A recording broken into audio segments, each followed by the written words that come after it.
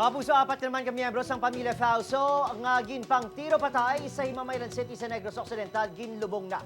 Himamaylan Police nagbahayag nga may ginauyatan ng testigo kon witness agreement. Yaring balitang itutukan ni Eileen Pedreso.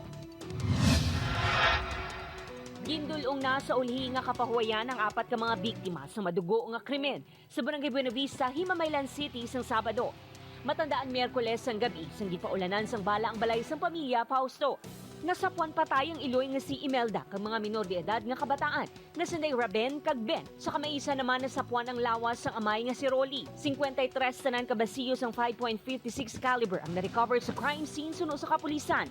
Ginkumpirma man sang kapulisan nga may ginauyatan na sila nga testigo nga posible makatudlo sa mga suspetsado base sa ilan nakuha nga impormasyon. Katapos ang New People's Army ang ginatudlo suspect sa krimen.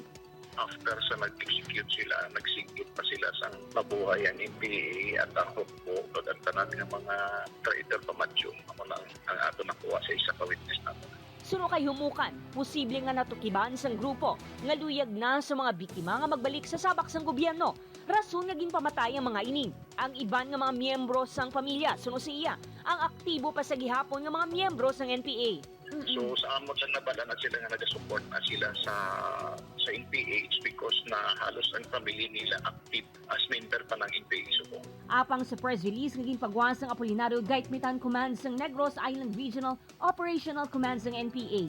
Ginatudlo sang grupo ang 94th Infantry Battalion sang Philippine Army nga may kahimuan sa krimen. Ginapahayag sang grupo nga ang militar ang nagsabwag sang terorismo sa nabukid nga bahin sa syudad sa diin ilagi nga reklamo ang ginaaligar intimidasyon kag harassment, pagpangransak sa kabalayan, iligal nga pag-aresto, pag-torture ukon pagpatay sang militar.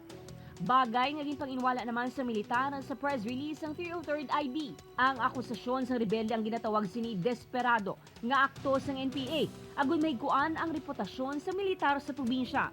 Samtang ang Commission on Human Rights CHR 6 magapatigayon man sa kaugalingon nga investigasyon sa krimen.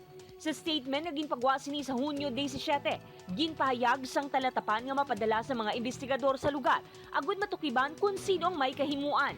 Upod Geruel Manggoy, Eileen Pedreso, 1 Western Visayas.